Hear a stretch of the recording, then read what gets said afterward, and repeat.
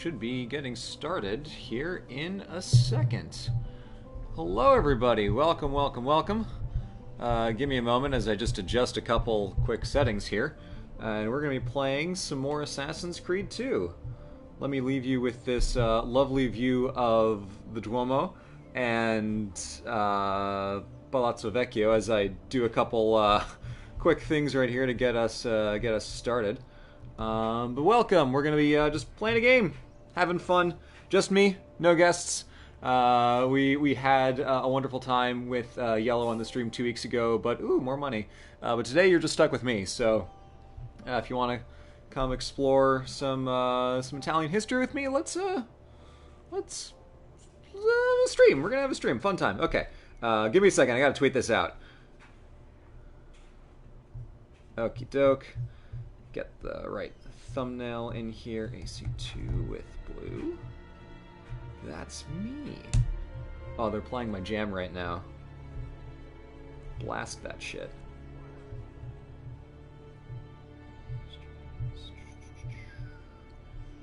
Alright. Now let me pull up my control room here so we can get chat going. Save the changes. Save my changes. Why is this so hard? I request that you save my changes, YouTube. That's kind of how this whole process works. Okay, let's see. I'm still resting off my my ginormous Thanksgiving dinner, so bear with me as I'm going to be a little bit slower on the draw today. That's okay, we're having fun. Okie doke. Alrighty, we got red in chat. Beautiful. Okie doke. Let's pop this chat out, and we'll get going. Playing some games. Alright. Alright.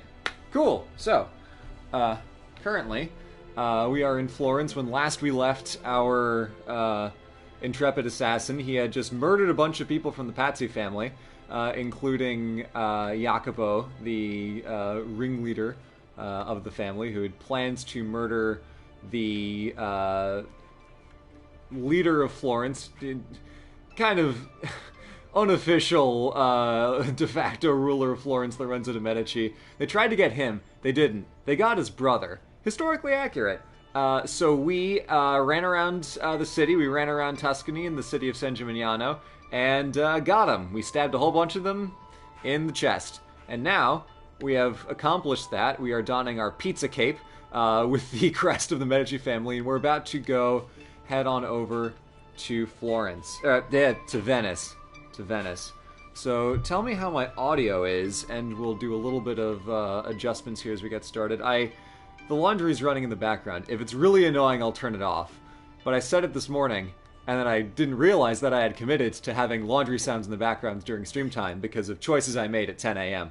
But that is life. Okay, audio's good. I think we need to run over to Da Vinci's workshop, where they're going to tell us, Messer Da Vinci is not here. In in approximately that accent. I know they, mostly got Italian voice actors for this game, but, some of them are a little questionable. I feel like it's not a controversial statement. Bonk. Pardon me, ma'am. How rude. Yeah, that's fair. I'll accept that criticism. Okay. Red says, "Hey, I'm back at the war machines." Exactly. Uh-oh. Where are we going here? Oh, we already got the notice that Da Vinci left. Okay, we are off to the mountains. Yes. Okay, so we're going to the east side of town. We'll stop by Santa Croce to check that out before we get going here.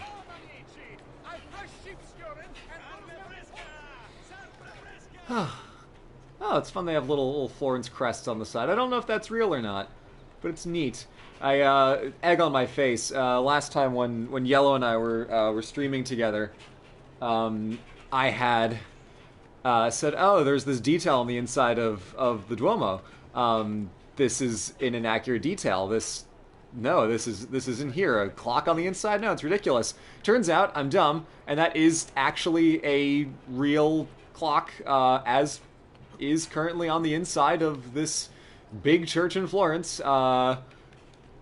So I said that a detail looked wrong, and in fact it was actually completely correct. That's on me.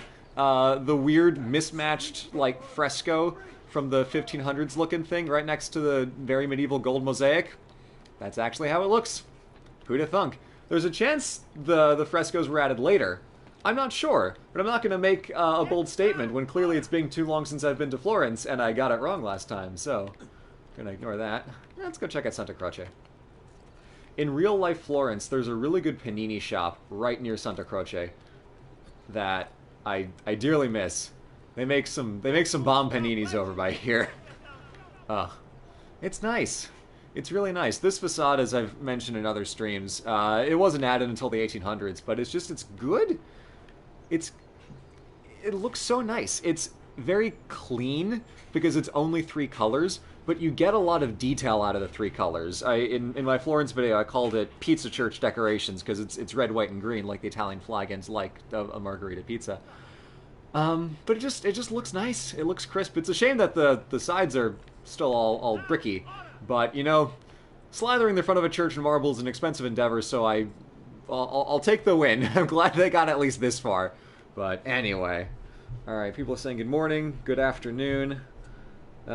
Tuning in all times of day. I recognize that maybe made the dumb choice to stream during school, but your school is my work day, so here we are. Don't have a lot of other options. I didn't want to start doing research for my next video today because I do not have the energy to get all that done, so we're streaming instead.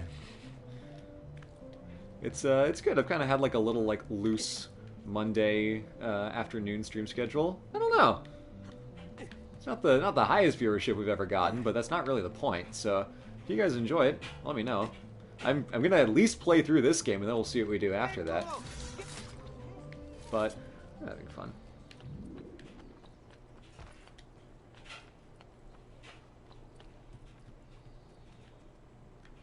All right, going out this big gate. I guess these are giant medieval walls in the style of some place where there are giant medieval walls. Florence definitely had them.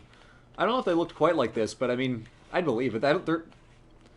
There's one section of the walls now. I think most of the rest of them have been torn down in the centuries since, after the city expanded and it kind of stopped being useful to have a wall that basically just cuts your city in half.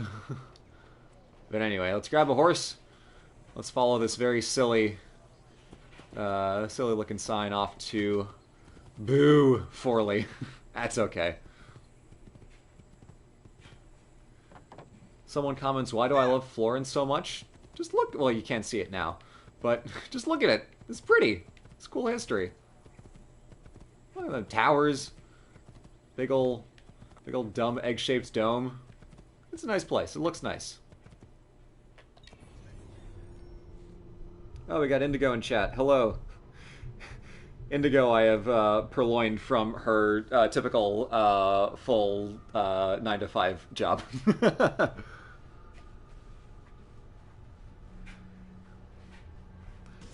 Red says, presenting my thesis on how the Assassin's Creed franchise is directly responsible for the global 2010s parkour phase.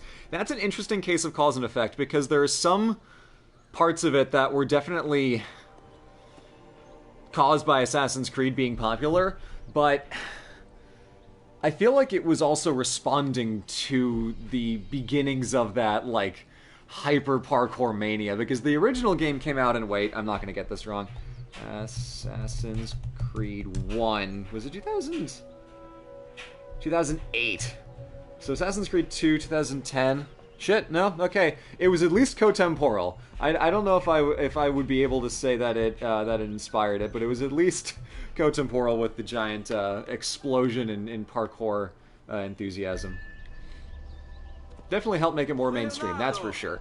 Because also, Mirror's Edge came out at around the same time, and that was, you know, a whole separate thing. Let me see if I can help. I know how to fix it, but lack the means to do so. If you could just lift the wagon.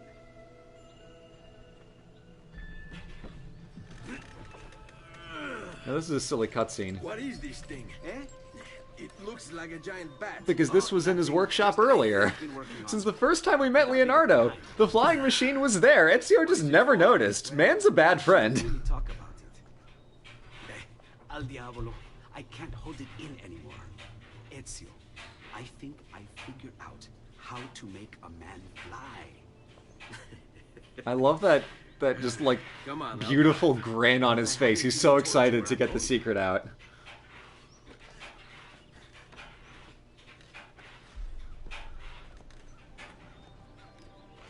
You know what? I'm getting annoyed by the laundry. I'm going to turn it off. Be right back.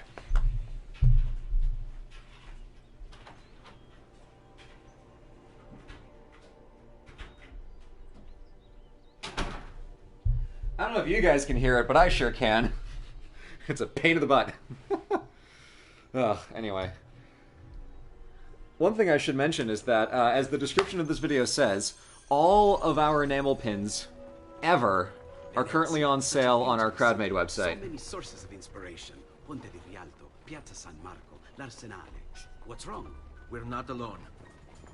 Uh-oh. What's happening? Who are they? Rodrigo Borgia's men. Why? What do they want with us? I think they want us dead. It's weird that Ezio can tell from just a glance that they're Borgia's men. They could be anybody's men. But yeah, all of our pins, Artemis and Apollo, Ares and Hermes, Hades and Persephone, Loki, uh-oh, we're gonna just run into that, that's fine. Hades and Persephone, Zeus and Hera, Athena and Poseidon, Dionysus, everybody who we've ever had is currently available on our Crowdmade shop. They're currently on a sale. If you buy 2, you get an extra 10% off. If you buy 3, get 15% off. If you buy 4, get max of 20% off, plus a 5% discount across the board, so you can get a max of 25% if you get 5 pins. Also, if you're a patron, check out our Patreon page with a link and some information on how to get that 25% discount applied no matter how many pins you get. So even if you want to get just 1 pin, if you're a patron, you can use our special secrets to get that 25% discount applied automatically. Also got some sales running on our Redbubble shop. Special code for patrons there as well, but our whole store is discounted 15% across the board to start. We just knocked the prices down so it won't register as like, oh, this is on sale. We just lowered the prices by 15%. So mugs, t-shirts, stickers, any physical merch item you want, shower curtains, blankets, tapestries, you want it, we got it over on the Redbubble store. And yeah, the Crowdmade sales for the pins are through today. They're still going to be on sale afterwards, but not as much. So really, this is the time. If you want to get any of those pins, today's really the last big chance to get those big thicko deals. Otherwise, it'll still be on sale, but not by as much. So if you want the best deal, you're going to want to go for it today. I'm trying to think what else I should mention.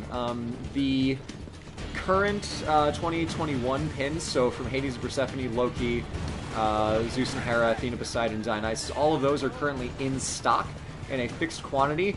It's a large quantity, but it's a fixed quantity, so they will ship out immediately because they're already at the Crowdmade office, ready to get in an envelope and go right to your house. But the 2020 pins, what are the names? Not Aphrodite, Artemis and Apollo, and Ares and Hermes are, man, I keep getting got by these guys.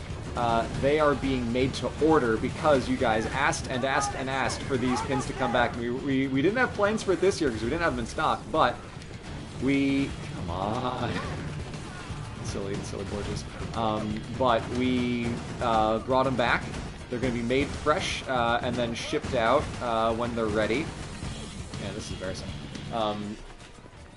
So those are in pre-sale. They're not ready yet. Those are going to take a little bit longer, but they're in an unlimited quantity. So if you want those, you can get them. The other pins are still in plenty stock, but they're not going to be around forever. So this holiday sale is going to be one of the few good times to get them, because we really try not to try not to have these things in stock all the time, because then it drives up costs. It's a lot more affordable if we only do them in the small batches, so now is pretty much the best opportunity to go grab them if you missed them before. We will, of course, have more next year, and we'll have more Black Friday type sales in future years, but don't bank on it. I'll say that much. Oh yes, we have the ridiculous mace that Yellow requested that we use. And it's funny because it still makes sword sound effects. So if I grab someone... Can I grab someone? Ah, darn it. In previous streams, we were able to slit someone's throat with the hammer.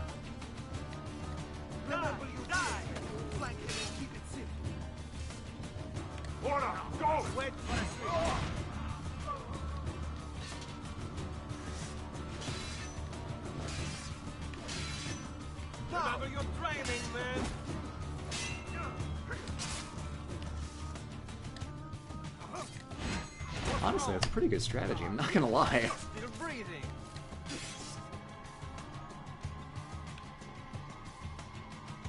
This game is a little slow on the combat, that's okay.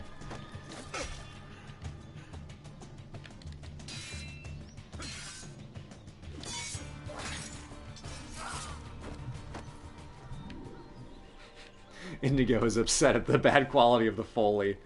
Oh well. What can you do? I think that's all I need to say as far as pins go. They're on sale through tonight. If you want them, grab them. And that's that. Luckily we've completed the silly Romagna quest line. So now we're going to go to Forlì. Which is only fine. Forlì is only fine. Oh wait, no. Oh, we have to do the dumbass Desmond mission. God damn it. Oh, I forgot. Shit. Oh, I hate this part of the game. It's so stupid. Modern day reminds me it exists. Oh, we were so close. Well, ain't that a shame. Oh. Oh, okay. We only get the dumb Desmond mission when we get on the boat. Okay. So we're in Forlì. Which is better, but... not by much. Okie doke. Yes, Indigo, the mace is making sword sounds. It is kind of hard to mess that up worse. Steal some random people's money. Pardon me. The good thing about Forlì is that we pretty much just get to run right through it, and there's nothing actually important for us here. So we could just run to Venice if we wanted to, but we're gonna at least take a look inside and see what we're missing here. Part of the annoying part of this game is that the wetlands area is just kind of gross, which I understand is the vibe they're trying to go for, but it's just kind of messy. Looks sloppy more than anything. It's the only part of the game that's not, you know, like, immaculate and pristine, but it's all just brown. The other three cities have such a strong, like, color-coordinated design and a very clear style, and it's still mostly here, but it's just kind of green and brown and washed out and... blah. But, credit to Forlì. Some of the best outfits in the game are right here, so let's go see some of them. Excuse me. Green outfits and the guards are pretty nice, though. Do look pretty fly. Alright. Hello, Mr. Sarto. New pouches. No. Alright, we got Wetlands Auburn. Got Wetlands Steel. Ebony and Ivory. Ivory is pretty nice. Not gonna lie. Because it's like the white, the Assassin White, but without the red. Let's go with the steel. Let's go with the steel. Do that for now. We'll switch it next time. An excellent choice, signore. Ta-da! Cape is a little incongruous, so we'll turn that off. Inventory. Outfits. What'd you keep? I could do Altair, but no, let's do the plain cape. There we go. Alright. Nice and drably monochrome, just like the city. It is pretty cool that there's this castle in here. Yeah, Rocca di Ravaldino. Built with a square plan and imposing corner towers, this fortress was constructed in 1471 by the architect Giorgio Marchesi Fiorentino, at the request of Pino III, the Lord of Forli, when then enlarged with the citadel by Girolamo Riario, the new lord. Citadel later became the refuge of Caterina Sforza from an attack by Cesare Borgia, Rodrigo Borgia's bloodthirsty son, in 1500. It was then used as a prison. Doesn't really seem like a fun place to hang out now, does it? Well, this is a little bit of a spoiler for the next game, but that's okay. Rip Pizza Cape, yeah. Oi! You can't just push me into the other guy. Mace to the face. In my defense, you guys asked for it.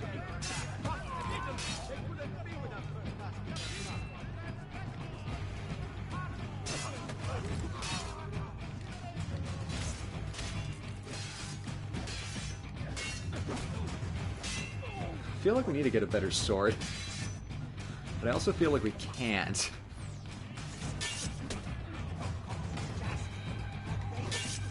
It is annoying that these guys really don't want to die. Bonk.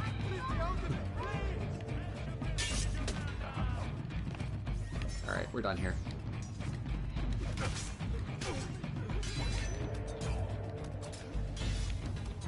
Okay. Thank you, gentlemen. So, Citadel Castle in the city's kind of neat. Seems odd to have fortified it more on the inside of the town than the outside. I don't know if that was the style. I don't really know a lot about Forli in real life. This is definitely where my game knowledge is some of the weakest. Forli did make for a pretty good map in the Brotherhood multiplayer, though. I will give it that. One of the unfortunate things is that there's really this one big... oh, I don't have the map. But there's this one big boulevard in the middle that makes it really hard to actually get around the city, because unlike in the other parts of the game where the rooftops kind of like cross over and, you know, there are pathways and avenues, there's kind of one giant impassable block in the middle that gets you off of the rooftops, which is the opposite of what the game's supposed to be doing. So I don't get the design here. Abbazia di San Mercuriale, Abbey of St. Mercury? I don't know. Tower of the Abbazia di San Mercuriale, with its height of 75 meters, is one of the tallest in Italy. Yeah, that seems about right. First church on the site was destroyed by a fire in 1173. Present structure is built with brick in the Lombard Romanesque style and took only 7 years. We can actually talk about Lombard Romanesque in a second, making it one of the most miraculous construction jobs in the history of Italy. That's fair.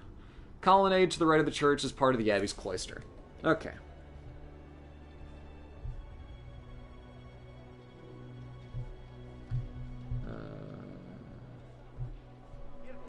So, one of the cool things about the design of Forli is that it is a really good example of prime Romanesque architecture that really we don't see anywhere else in... oh, more money. Anywhere else in Assassin's Creed 2. So, the Lombards were the people who came in over the Alps into Italy in 556, 558 or something, but they conquered the majority of the peninsula from the Byzantines within Justinian's lifetime. So they really got on that one. But the Lombards give their name to a style of architecture, Lombard Romanesque, that is derived from a more French style of architecture from, I want to say, either the south or the east of France, that was pioneered during Charlemagne's reign. And the general traits of Romanesque are brickwork, rough stonework, round arches, the implications of some Roman designs, really, namely the round arch, and, oh, there's one more detail. And very thick walls. Very thick walls are a staple of Romanesque. Gothic gets a lot more thinner, taller, and just generally more elegantly vertical in the way that it deals with mass calculations and the problem of gravity. But Romanesque basically solves the problem by throwing more bricks at it, which is entirely valid. So you get towers like this, if you see the little circular towers on the wall, which are very stout looking, very thick, using a lot of material. That one over there is a very Romanesque building. It's just murder that fucker with more bricks. And it's a look.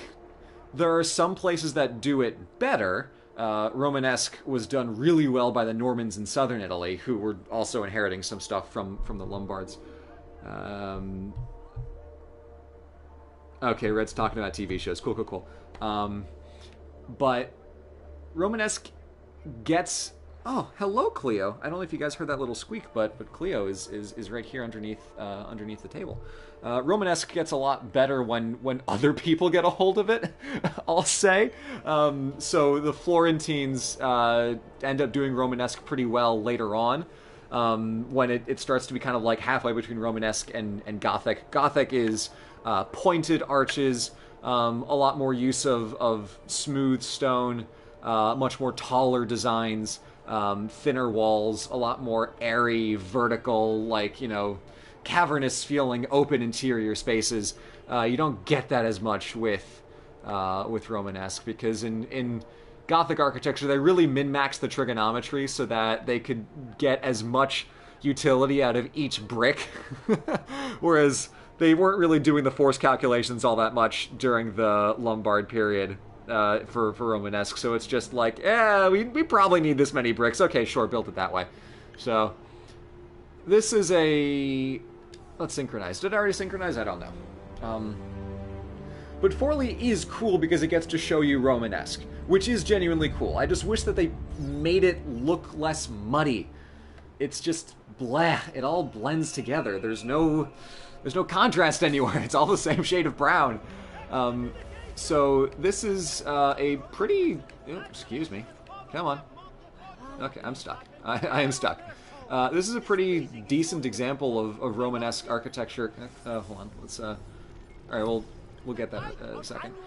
Just a nice, big, thicko tower. This is somewhat of a Gothic shape. High nave, shorter aisles. This is the shape that Palladio had to deal with when he was designing churches in Venice. But the style and the decorations, where it's all circular arches, with pretty unapologetic brickwork, and not very large windows. You don't get large windows in Romanesque. That was the kind of thing you can only do in Gothic after you had done the force calculations to figure out how much of your load-bearing wall you can replace with not load-bearing glass. But yeah, so it's a cool example of Romanesque. And this is... also, that's a very late Renaissance-looking plaque. But this is a pretty simple little colonnade area. Circular arches, just simple design, clean, easy. It's called Romanesque because it was designed to emulate the Roman style from the medieval period sensibilities. So it uses a lot of arches, but we don't really think of it as looking like Roman architecture because it's missing a lot of the grandeur in the constructions and how it assembles its space, where we're used to Roman structures being very big. That's because the Romans were expert geometricians and trigonometricians. Whereas in the medieval period, there wasn't quite that much complicated math going on, and they had forgotten concrete. Concrete was able to make the Romans a lot better builders than they were before they had concrete. So anyway, that's Romanesque. It's a cool architecture style that gets put to a lot better use later, but it is neat that they show it here for contrast, even if Forlì looks by far the worst out of all of these cities, because it's just kind of blocky and gross and muddy and brown and dumb. It's too mushy is what it is. If you want good Romanesque, there's a lot of good Romanesque in France. There's a lot of good Romanesque in northern Italy as well. Which, I mean, is where we are in this game. But... Hey, boys.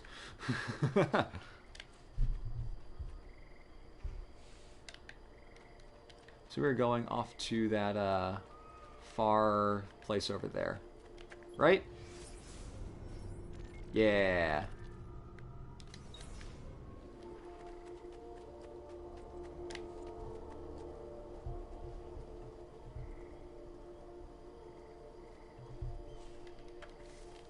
Can we steal a gondola? No. Darn.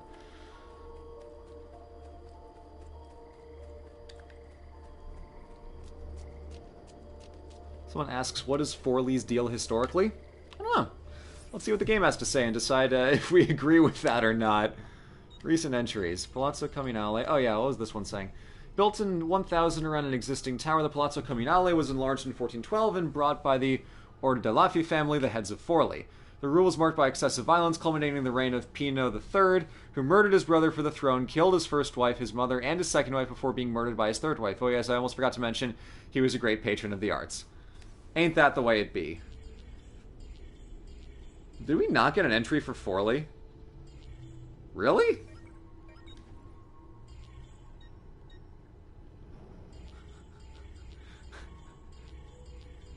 Gang, is there no Forley entry? What the fuck? Come on. Alright, fine. Never mind. Wait a minute. There has to be an entry for Forley. No. Weird. Oh, that's weird. Well, it was one of many smaller cities in Italian history. Oh wow, Leonardo's voice really carries. It was nominally part of the borderlands of the Papal States for a long time, but it was always fundamentally, independent, functionally. Where are you? Avamposto Veneziano. Let's see what they say here. Venetian naval strategy involved maintaining a steady chain of bases along their trade routes to the east, ensuring that its merchants were able to get there and back without being attacked by pirates or Venice's enemies, the Turks. By the end of the 15th century, Venice's fleet was occupied trying to force Charles VIII of France out of Italy, at which point Turkish forces struck without warning. Venice was soundly defeated, losing its Greek outposts. Following that, the Turks managed to invade Venetian territory in northern Italy. Although Venice was able to keep most of its territory, from that point onward it would never again be a great naval power. Not true that it lost its Greek outposts entirely. It lost its little mainlandy bits in some places, but Venice still had Crete and Cyprus until the 15 and 1600s. So that's just a false statement. But the point that Venice is on the defensive, economically, militarily at this point in time is valid. That is accurate. And I guess here this is the boat that goes in. Yeah, this is the boat that goes into Venice. Forley, I guess, is a coastal town. I mean, it seems like it from here. But so it was a city that was nominally part of the Papal States, kind of border territories, but it was functionally independent. So it was ruled by its own little local lords doing what they could. They would have, of course, benefited from trade with Venice along the coast. But it seems like they were the bit players to Venice doing what it wanted, which was often the case. Let's see if we can't get where's it? There he is. They did not get the sound balance on that right. It sounded like he was coming from behind me. Alright. Hey, Da Vinci. Thank you, Ezio. You saved my life. I did what had to be done. You would have done the same. I doubt it. Bravery is not my strong suit. I owe you a debt, brother. Di niente. Tutti a bordo! Fra poco si salva! That's our traghetto. Venezia waits. Where's your pass? What pass? You don't have a pass? Look at this dumb fuck without a pass. Oh my god, who does he think he is? Nobody. Basta! No pass, no entrance. That's Don't worry, unfortunate. Leonardo. I'll come up with something. Don't just stand there. I need help.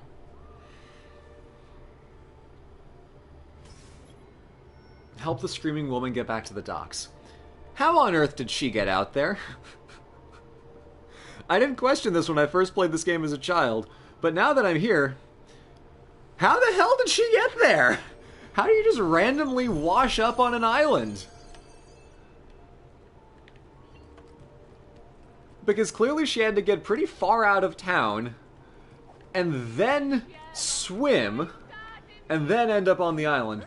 Or, someone kidnapped her and dropped her there, which also doesn't make a lick of sense. It was weird. Yeah, so if she can't swim, she was kidnapped? I don't know. Very odd. I'm working on it. Aspetta. Oh, you're good. The ladies must like you.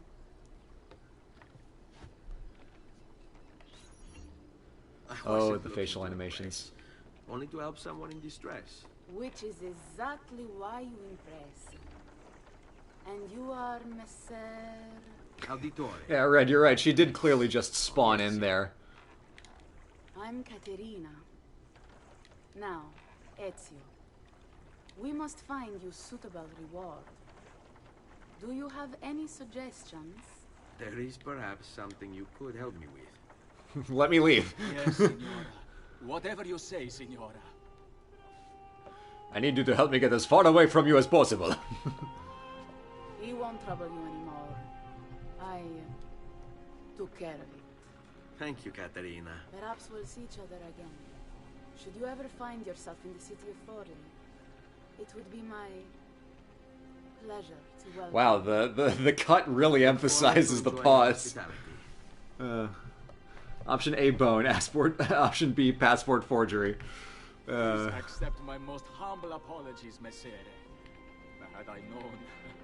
It's quite all right, my friend. Alright, tutti a bordo. All aboard. Alright. That was a hilariously unnecessary side plot. Red, you're right, because really, they don't give you any reason to actually stick around, and honestly, you can just go from the moment where you spawn in right over to here without even setting foot in the city, because they truly had no idea what to do with this part of the game. Maybe there was an extra side plot plan that they just had to cut, because this game was developed in only a year and a half. This thing did not have long. There's a DLC that takes place later that takes place in Forli. That we'll get to that one. We'll get to that one. But it is very odd that there really is no reason for you to actually be in Forli except for to sell the scale of the journey. But we already went through the mountains, and the game hasn't really had a problem with, you know, like hand-wavy loading screen fast travel before. So I truly wonder what the hell we were supposed to be doing in here in the original draft of this game, because this city serves almost no purpose at all in the entire plot of Assassin's Creed 2. It only fills up space, and it's not even very well. I mean, from an architecture perspective, I can be like, oh, it's cool that, you know, it's here that we get to see the Romanesque stuff, but it's just not here for any reason. It does not fulfill any purpose, any meaningful gameplay or story purpose. Be careful, Ezio. Do you know who that was? My next conquest. I don't think so. It's She's cursing the guy out. Oh, daughter Caterina. of the Duke Oh, of God. Milan. Her husband is... Husband? See, her husband is the Lord of Forli. That woman is as powerful and dangerous as she is young and beautiful. Sempre come una donna per me. Da Vinci's like, oh my god, this guy. It's a shame. This is a really nice piece of music. It's called Salvation of Forli. And they only play it for 10 fucking seconds! They use it in Assassin's Creed Embers to great effect. It's a beautiful piece of music. Jesper Kid did a great job. And they don't play it! Everything all right? Better than all. Ah! You're making amazing progress. Amazing's quite a strong word. Thank you, Sean. Why are we stopping? Prolonged exposure to the Animus can have, side effects. Because one of the writers is really proud of the modern-day plot line, and we need you to not forget that it exists. Symptoms? What symptoms? Lucy, it's been days. Change your shirt. Multiple awareness issues, overlapping realities, you know. So what you're saying is... What we're saying, Desmond, is if you're not careful, you may not need the Animus to visit with your ancestors, which wouldn't be a bad thing, assuming you could control it. Up until now, though, no one has. Subject 16. We have safeguards, Desmond. And they kept him in the Animus for way too long, sometimes days at a time. We're being careful with you. I hope so. Anyway, I was hoping we could test out your skill retention. See if you've picked up some of Ezio's abilities. I'm game. Great. Meet me downstairs when you're ready.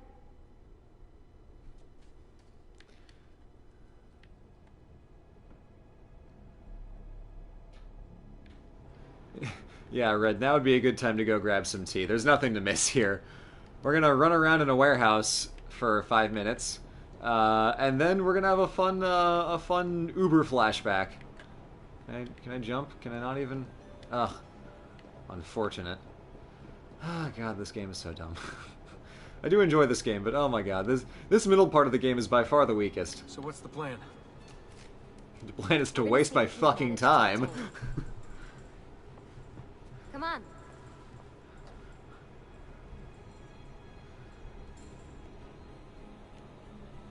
Abstergo's out there, looking for us. They're better funded and better equipped, so it's only a matter of time before they find this place. We need to be ready for them when they do. I want you to activate the warehouse's defense system. I'll let you figure out. From a story perspective, why on earth did they not lead with that? Not even a hint? From a gameplay perspective, it's like, okay, fine. But, man, the ways in which this game was developed in a year and a half really make themselves apparent after you realize that, oh no. Wow. Lucy, I'm seeing things. Do the hallucinations last longer than 30 seconds? No. Then it's nothing to be worried about. It'll pass. American healthcare be like. So, how am I doing? You've picked up every single one of Ezio's skills. The adoption rate is fantastic. Except for none of his charm. Oh, Naruto running! Hell yeah! Now we're real assassins. We're true ninjas.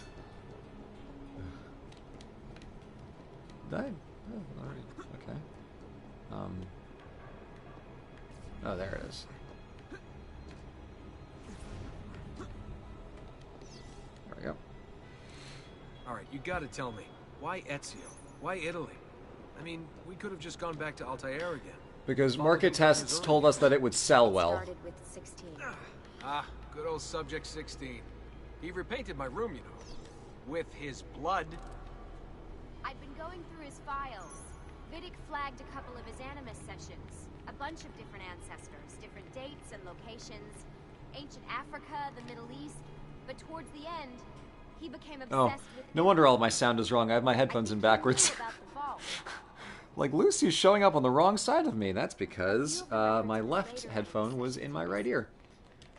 That makes more sense. After everything the Templars put him through. Oh, 1,000 viewers. After everything nice. I put him through.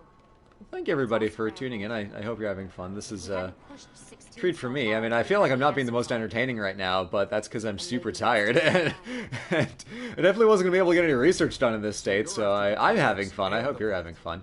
I knew you had hey, boys. Haven't even seen those guys yet. Those were Venice guards. We haven't been there. Oh, sorry. I have to go talk to you. I think we're done for the day. You should get some rest. Lucy, what happened to 16 wasn't your fault.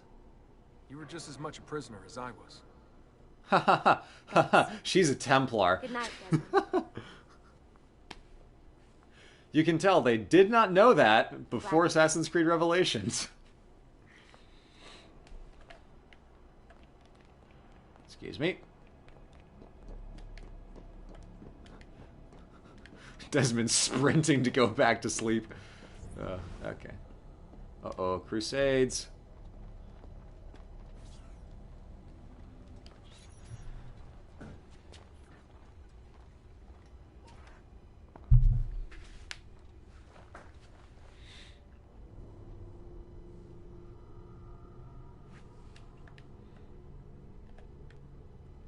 They really liked the motion blur effect. I don't know why these horses are showing up.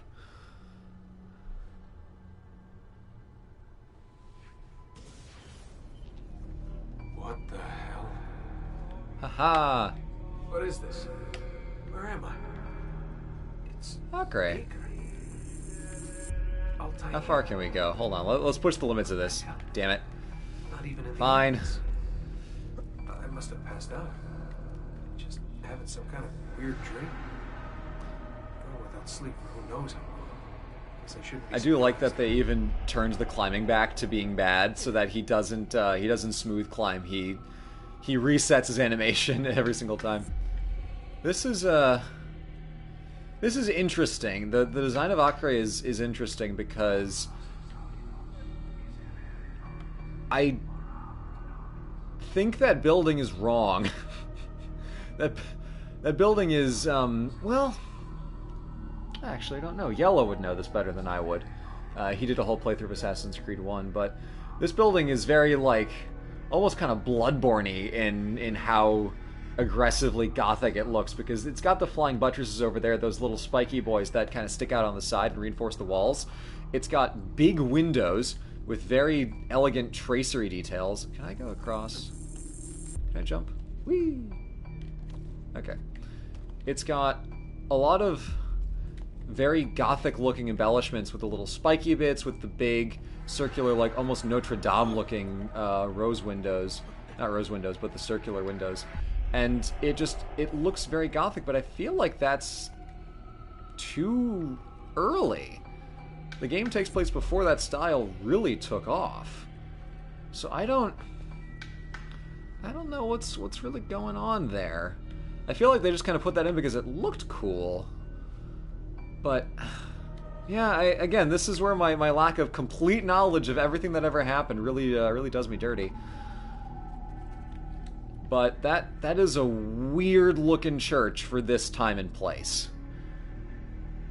It seems like they really reached into later French architecture to throw that in. This citadel-looking thing is very Romanesque insofar as it is thick walls and such, but the crenellations are a more later design than 1191. The pointed arches look gothic, but I really don't know. This just is weird. The world design in AC1 is... Acre does some weird stuff. Where I think they draw more on high medieval than what was actually accurate to the time. But if anyone knows better, please correct me. I'll put another pin in the comments like I did last time when I was wrong.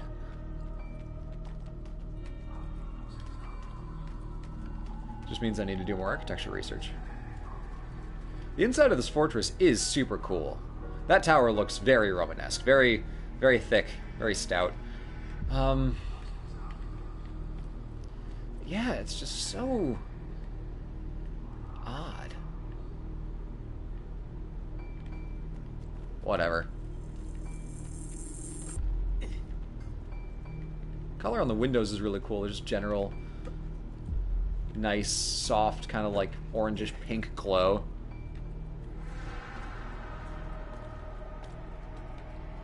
This is where William de Montferrat was in the game when we beat him up in AC1.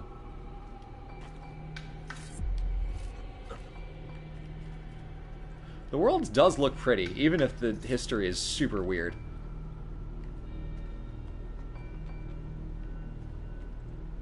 Oh wait, can I look at the side?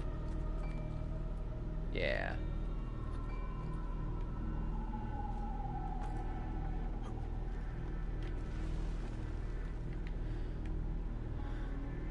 Yeah, it's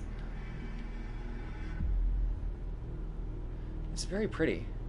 Very odd.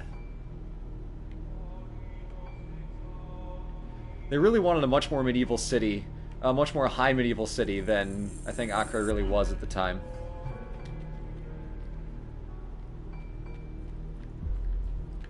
Okay, door shuts. And now we prepare for the hardest jump in the game. Okay.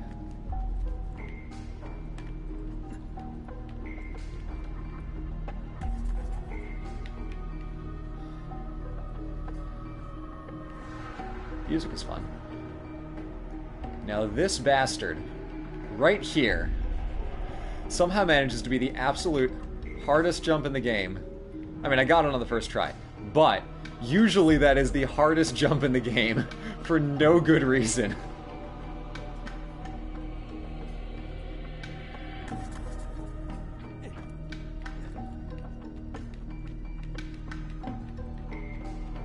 Which way do we climb up? There we go.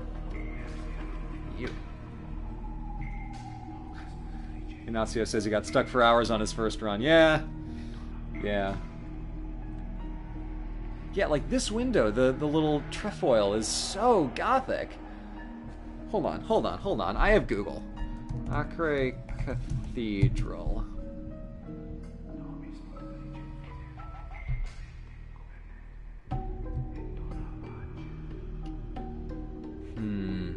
Okay. Interesting. When I Google Acre Cathedral, it only exists in the Assassin's Creed wiki, which means they definitely invented it for the sake of gameplay. Aha! You bastard! I found you out! Okay.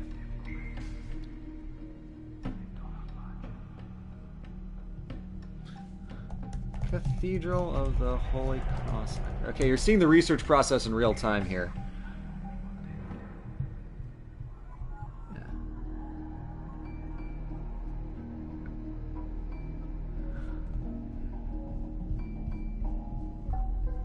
Okay, so I found a website of comparing the game's architecture in Assassin's Creed 1 to real life.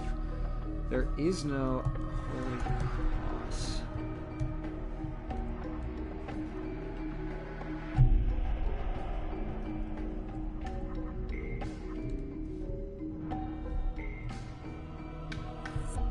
Yeah, this... Oh my god!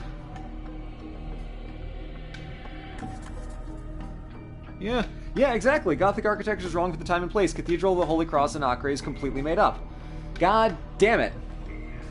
I knew I was getting annoyed for the right reasons. So that church is just completely an anachronism. It's a fabrication. It's a big Gothic-style cruciform church with a circular little thingy in the back with flying buttresses, spiky top points, and a very Gothic tower on top.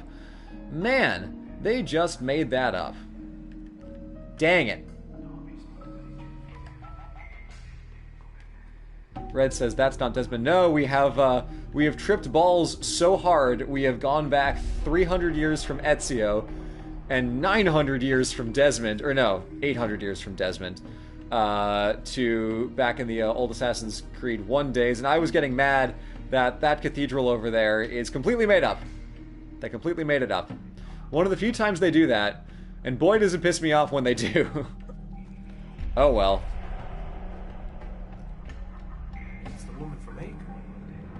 Her name? Maria. Yeah, this is Altair. I wonder what he wants with her. Whoa, alright, wasn't expecting that.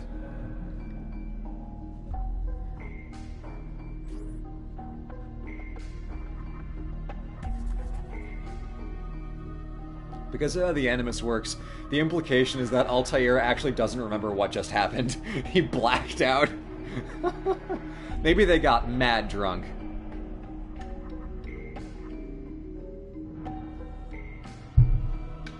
Yeah, that...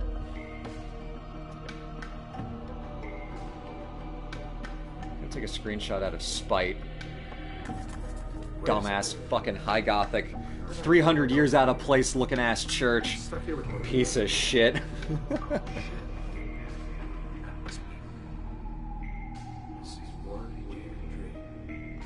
The worst part is it's not a dream.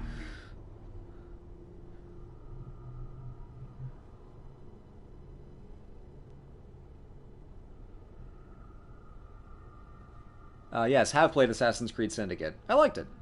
It was fun. It's perfectly fine. Unremarkable in every way, but otherwise very enjoyable.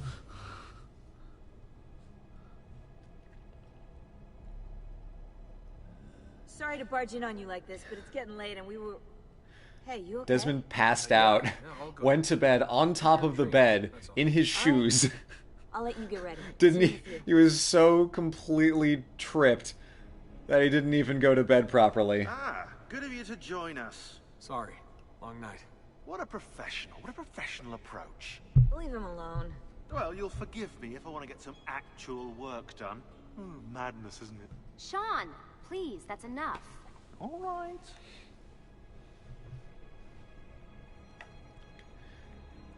I know we talked about this in the first stream, but I'd again like to direct your attention to the fact that this is a map of Florence with the Venice crest. This is a map of Venice with the Florence crest. Such an easy fuck up. I do like that they have the menus up top here in the TVs, though. That's actually a really cool touch. It makes logical sense that they use the UI that exists in the world as the screens in the game. And I mean, it makes sense because you're saving assets. Just take a screen cap of that and then boom, there you go. But it is cool that it is visually continuous. The UI of the game actually kind of makes sense.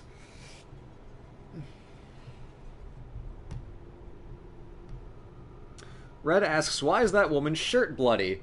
Because before the game starts, Lucy kills a guy and gets blood on her shirt and does not clean it up because apparently she doesn't know how laundry works, or is too proud to pay for laundry, or thinks it's cool, which would be weird.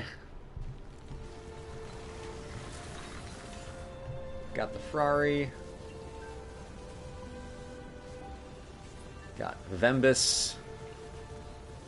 Got Palazzo De La Ceta over there. Palazzo De La Ceta again. That church has a name, Punta Rialto. Alright.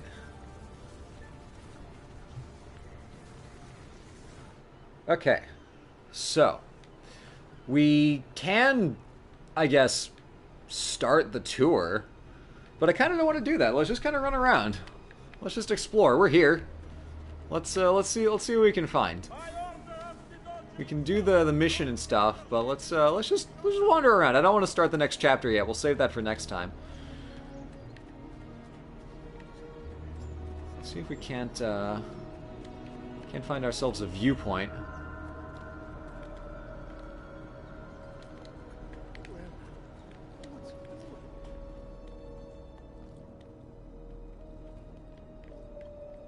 Oh yeah, they really put a lot of guards on the roofs here. Where am I going? I need to find a tower. You'll do. You'll do fine. Interesting piece of game design is the way that they designed Assassin's Creed. Can I make that? No, not a chance. Oh my gosh, not a chance. The way they designed the world, they actually used this part of the game as a playtesting zone. The problem was most people were just running on the streets to get everywhere because there weren't any easy ways to get up high on top of the roofs.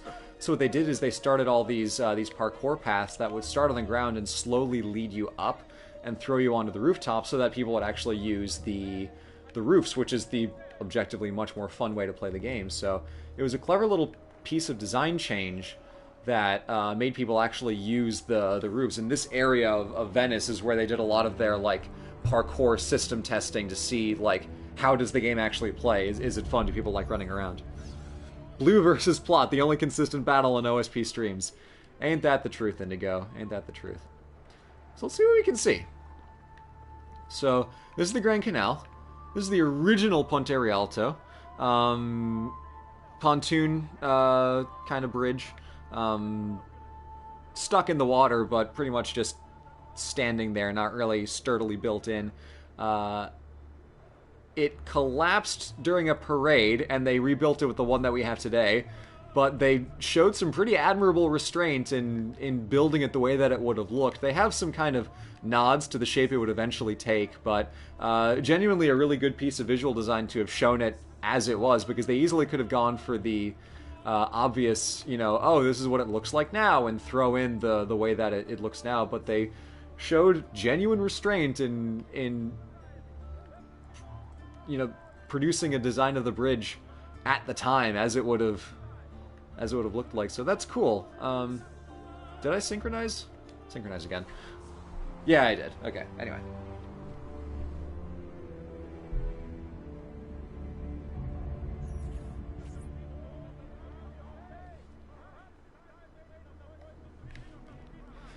They added ladders because they're fast. Even if they're not fun, they're a fast way to get people up. So for instance, like this right here. Nope, that's a hay bale. But this right here, you start on the ground, you run up, it leads you gently upwards, still maintaining most of your momentum, and then it gets you onto the parkour mid-path, and eventually you have, you know, more options to get up. This one was actually kind of a bad idea, because it was a bad example, because it just throws you around the side. But for instance, this one is a better example, where it's a parkour pathway that leads you up, and basically... Fuck me. It encourages the player to use the mechanics to climb upward, which then puts them onto the roof, which is the fun part, when you don't glitch against nothing and fall to the ground. That's embarrassing. And then ta-da, here you are. So, it's cool. That was a later edition, because at first it was just like, oh, people are going to want to climb up to get onto the wall, to get onto the roof. No, they didn't. No one did that. They all just ran around on the ground. So, let's see if we can't get another viewpoint here. Palazzo De La Ceta. Let's take a look at this. The home of Venice's most powerful merchant, Emilio Barbarigo. Work on Ceta, as it is affectionately known by locals, was completed in 1450. The palazzo is a standout example of Venetian Gothic architecture, dark and imposing, yet light and airy at the same time. All of this is bullshit, because this building does not exist. It is based on a couple buildings that do exist, but none of them that actually do. You need two? Ah, greedy. So this building is a beautiful piece of Venetian Gothic architecture, but it's an invented building. It takes inspiration from actual bits of Venice, the Ca' d'Oro, the Golden House, and the Ca' Foscari to a lesser extent. But this is just completely a made-up building. It got me into, not exactly hot water, but it got me in an embarrassing situation where I asked a tour guide in Venice, oh, where's Palazzo De La Ceta? And she was like, what the fuck are you talking about? That's not a real thing. Who told you this nonsense? And I'm like, the video game. And she was like, oh, cool, great. Fun. So, oh well.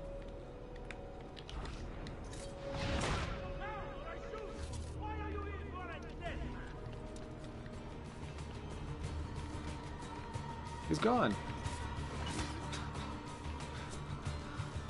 I am embarrassed that that worked.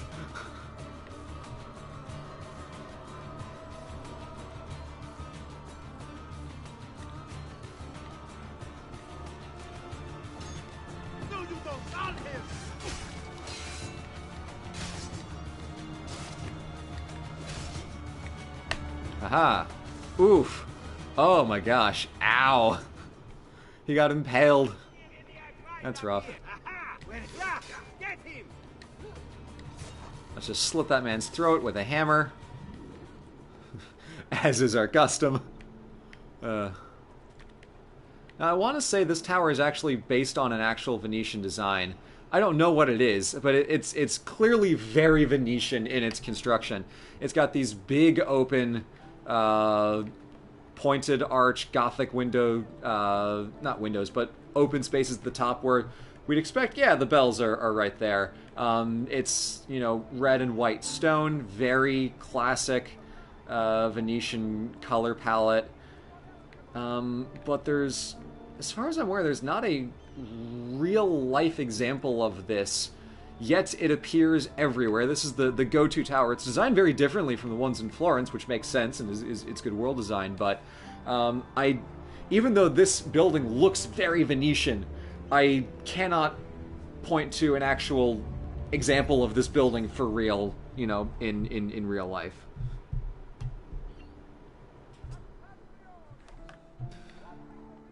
And that, I believe, is a church where a lot of the doges are buried.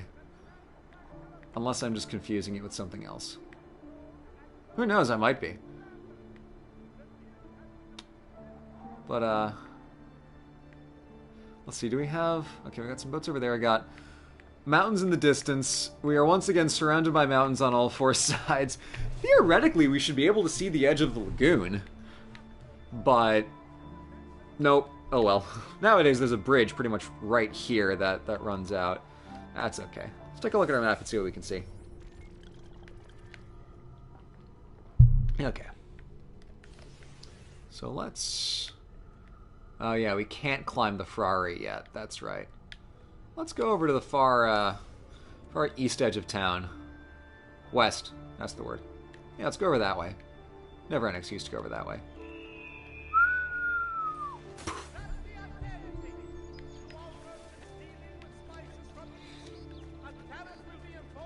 Ah, bro, let's fix some of our nonsense here. Repair. Great. Armor. Oh, ha ha ha. Metal greaves. Alright. Metal vambraces. Cool. Looking good.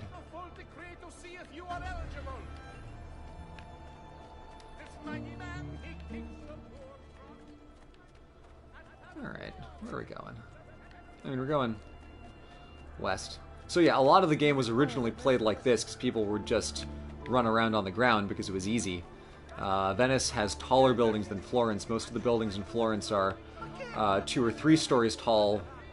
Buildings in Venice are anywhere from 3 to 5 usually, so it was a lot trickier of a challenge to get people to actually use the climb system and get up with some verticality on the space, because it's annoying to just sit and climb up the side of a building. So that's why here is where they give you the climb leap function, which we'll get in a little bit. So a clever way to pace out the mechanical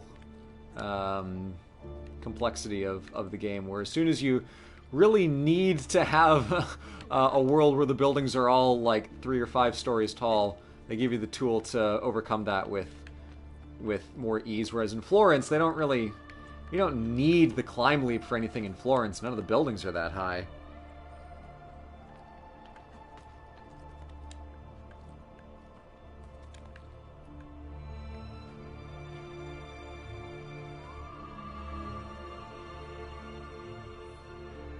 I will say, though, putting the small window inside the trefoil of the arch, inside the pointed arch, that's good. This business on the left, that's crisp. That looks nice.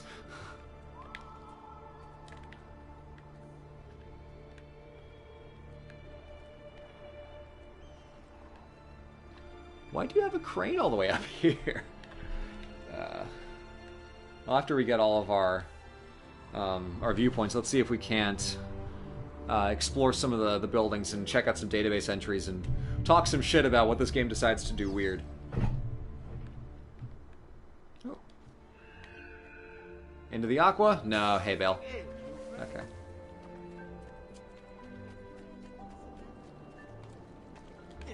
Oh, listen to that music.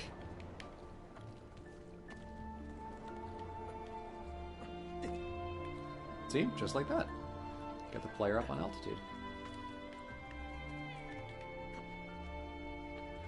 Okay. We got the viewpoints. Let's see if we can't find us some database entries. So let's go to the Ferrari. I forgot how big this part of the map is. They really give you a lot of space to play around with in here. Oh wait, what's this? Oh. Santa Maria de Carmeny. Built in the 1300s, Santa Maria de Carmeny, or Carmeny for short, was founded by a group of women who made their livelihood stitching monastic aprons for the monks in the nearby Carmelite monastery. Carmelites believed so much in these aprons, or scapulars, that the Carmine Constitution stated that it was serious fault to sleep without one, and saying Mass sans scapula resulted in automatic excommunication. Interesting. Why? Because in 1251, the Virgin Mary made herself known to Simon Stock of Cambridge, and she told him that those who wore a brown scapular would be granted salvation. So, 200 years later, a group of women still huddle inside Santa Maria de Carmeny, working all their lives to manufacture salvation distilled in the form of brown aprons.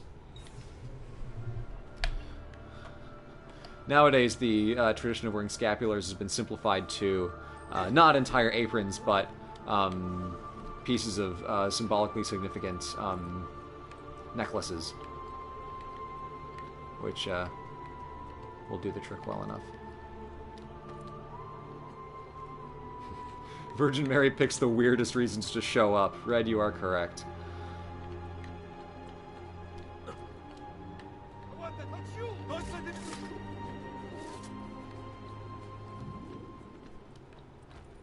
One legitimate reason to try to do stealth in this game is that it makes the songs reset if you mess up. Which is unfortunate.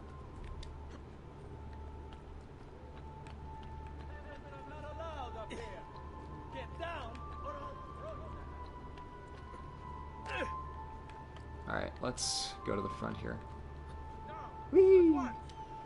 Oh god. Wow. Ouch.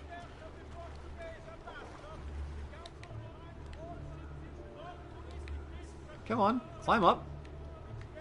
Did they just not put in the... Interesting. I feel like there's an object missing from there.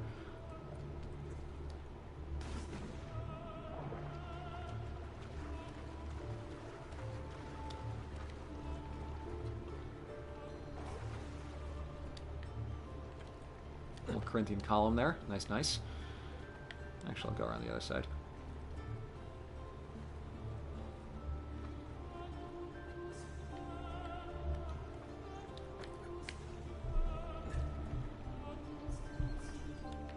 Alright.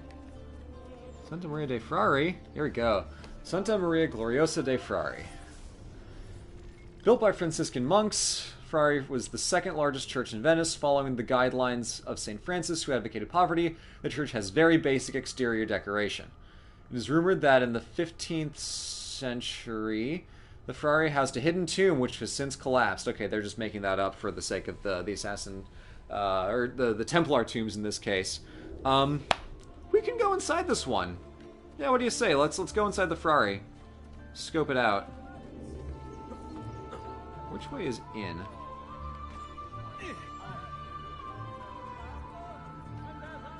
Oh, it's the door up top. Okay, please hold.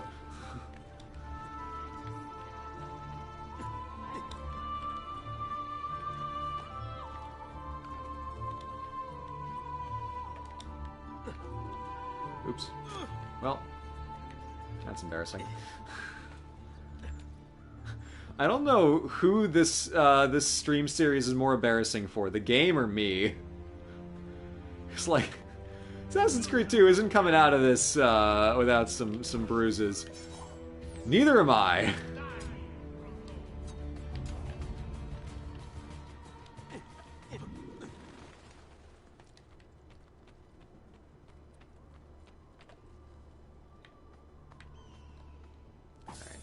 And this is a tower we cannot climb with our current abilities. Oh well. But we can go in here.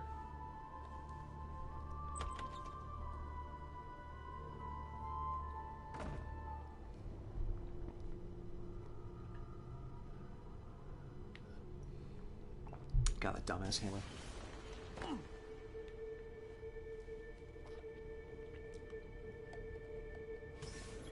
Over beams under stone. Explore Santa Maria Gloriosa dei Frari and find the Templar treasure hidden within.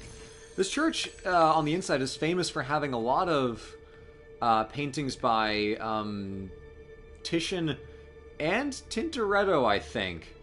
I want to say the Titians burned and they replaced them with Tintorettos, which is also what happened in the Doge's Palace.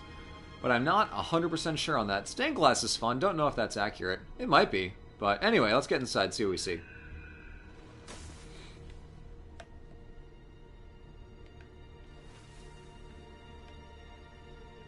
Was that not... Where? What?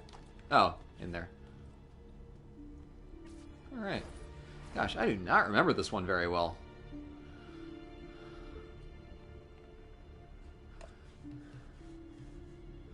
This is about what it looks like. I have not actually been in here. I've looked inside, but for whatever reason, I don't remember being allowed in. Yeah, okay, in there is where we're going. Cool. So let's See where this takes us.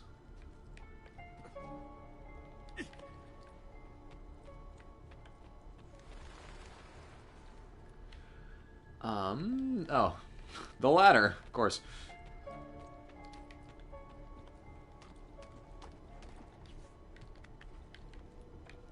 Someone asked why there's hay in a church. It's very obviously for the builders when they're up climbing. Instead of using a scaffolding to get down, it's a lot more quicker and efficient if they just jump. It's good enough for Ezio. It's good enough for Tintoretto. Could you imagine? Michelangelo's like, well, that's it for me. Just jumps into a hay bale from the top of the Sistine Chapel.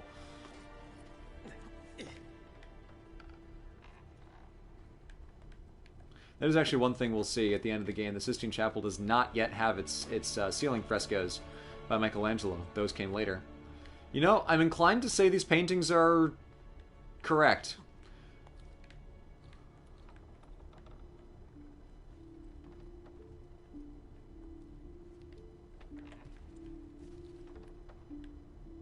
Very Gothic style of ceiling work. Get the little pointy guys up in there. Because pointed arches, I think some physicist or some engineer can probably explain this to me a little better, but pointed arches are better at handling... Convenient. Now I have a way back up in case I fall. Better at handling forces than round arches. So that's why Gothic uses them not just for looks, but also because it is able to accomplish a lot more mechanically than a circular arch otherwise can. Where am I supposed to go? Oh, there. Ah. Never mind. That way.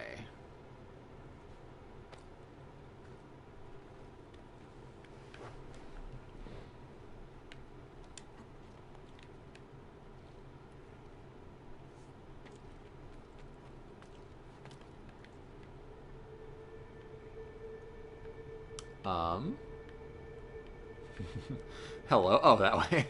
Whoops. There we go.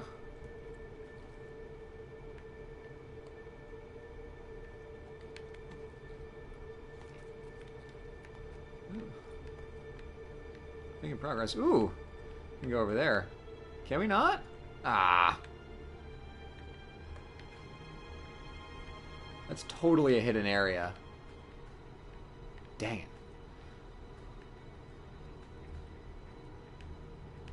Oh, we have to go around the other side. Not worth it. Yeah, because we climb up there and then jump across.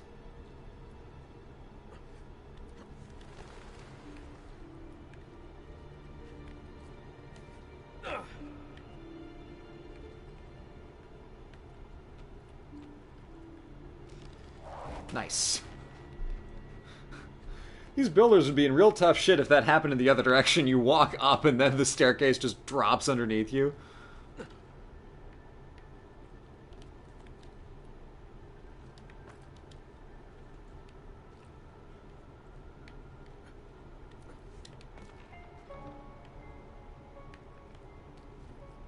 Oops.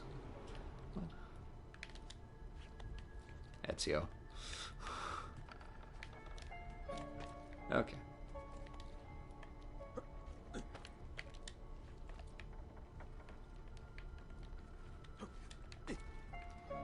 And, ooh, very pretty little choir area. Or, no, this is the altar. Whoops. Never mind. Can I not? Go on. Let me in.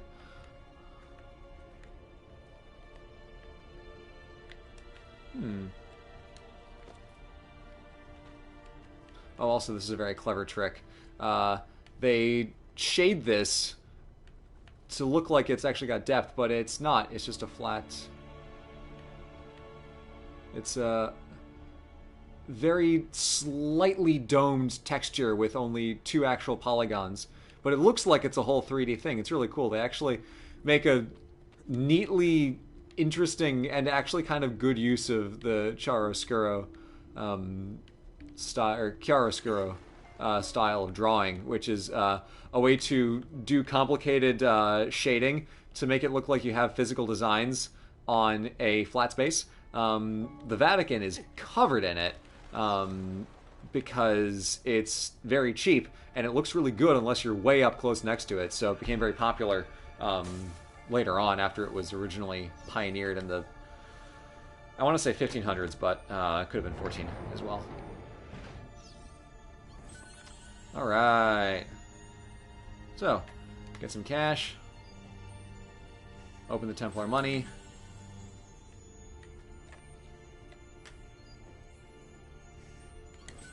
Now let's take a second to appreciate the fact that there's a pair of very out of place Egyptian busts here for no reason whatsoever. Just chilling in this back room of a Venetian church. Weird. Very weird. Very out of place. Oh well. Because Templars, yeah, I should have known.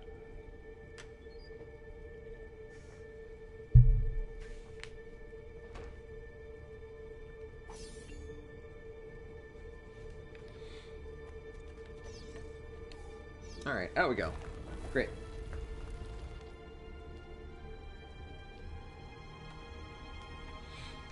Well, that was fun.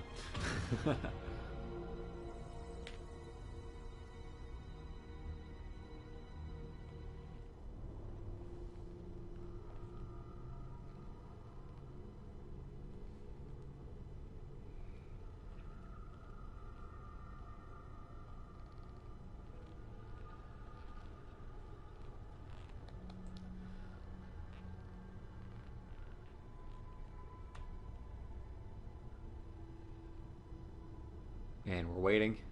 And we're waiting. There we go. One time in Assassin's Creed 1, I was in the loading screen long enough that I was able to run in a straight line and bump up against the edge of the wall.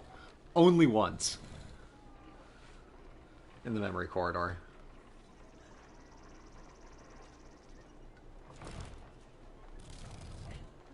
Alright. The guards just saw me do that and don't care at all. Gonna count my blessings on that one. Alright, let us continue on our brief little tour here. Which we interrupted to go grave robbing.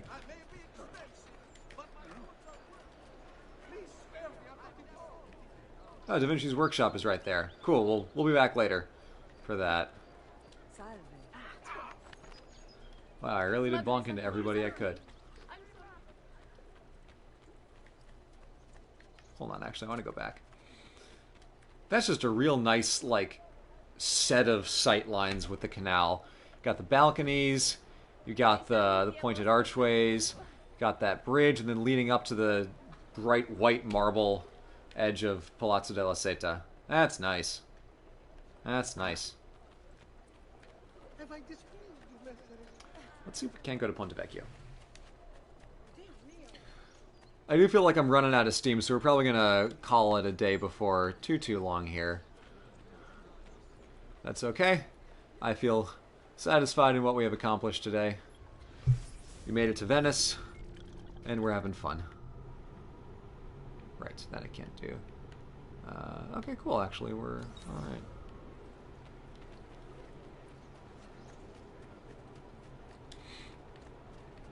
See if there are any new, dumber weapons we can get. There's nothing dumber than this hammer. So that's already a losing battle. But, let's take a look and see.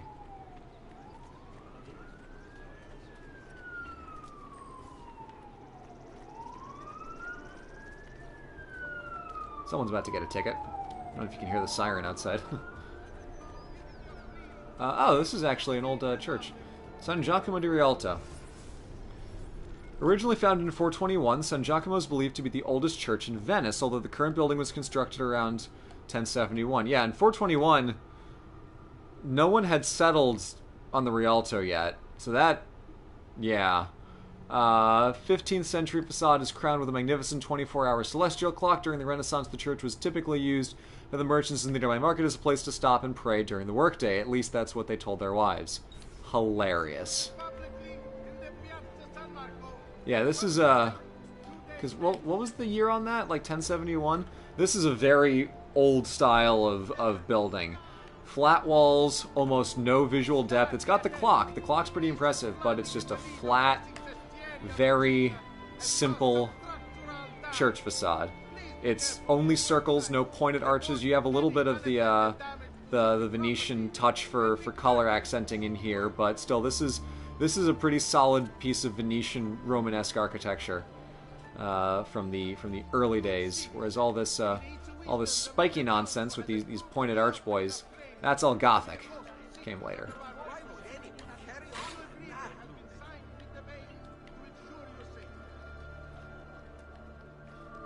So neat. Old church. Punta di Rialto.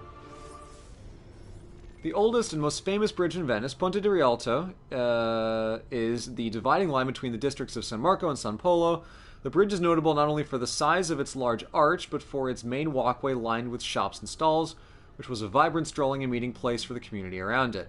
Contrast this with today's Rialto, where crowds of tourists fight over cheap knockoff Venetian glass, while some idiot attempts to spit off the edge of the bridge onto passing boats. Modernity. Yeah. No, Sean's right. Sean's right.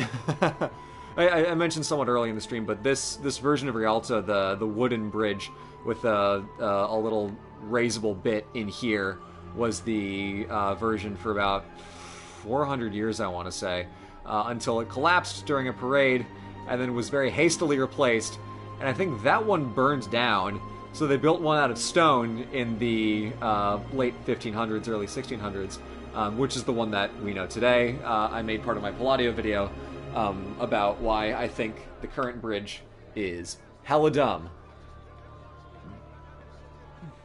Let's see. That's a very old style of tower over there. We can't go there yet, but we'll check that out later. Now, I think we're pretty much coming up on the end of things to see in this area in terms of historicity. I could talk to Da Vinci. I don't really want to do that mission, so honestly, I'm half tempted to just call it here because I am actually feeling pretty tired. Ooh, there's a guy I can chase. Hold on. See if I can get him. Hey, he's gone. What I can do is this. I've had enough of little sheets. Let's try that again. Coming into my set, in fact, you are evidently a Come on. terrified little rabbit. There we go. Finding you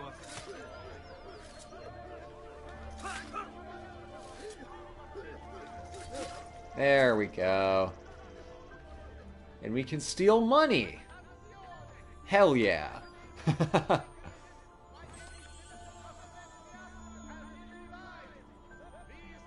Picture of the Doge. Classic.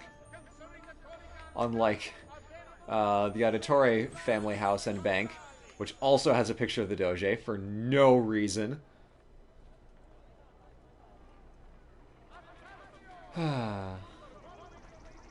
Alright. So before we get going, again, reminder that all of our enamel pins that we have ever had from the very beginning, Artemis and Apollo, Ares and Hermes, Hades and Persephone, Loki, Zeus and Hera, Athena and Poseidon, and Dionysus are all available right now on our Crowdmade shop, crowdmade.com/OSP. We are running up to 25% discounts.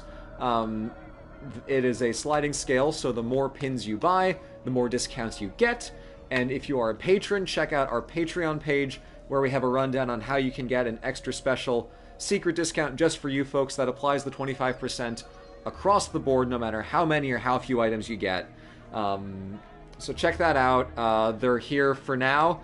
They're in stock. It's a large number of stock, but we've been selling through them pretty damn fast. So if you want it now or sometime this week is really the time, because after that you're gonna have to wait until next Black Friday at the soonest before we run this again. So we originally were only going to do the 2021 pins, but you guys asked and asked and asked, and we thought, okay, all right, okay, we are nothing if not loyal and respectful of the wishes of our community. So We have the 2020 pins, Artemis and Apollo, Ares and Hermes, back in stock. They have not been made yet. We're taking pre-orders, so those are going to be made fresh in a couple weeks after we get all of our orders in, and then they will be shipped across the Pacific, and then onward to you.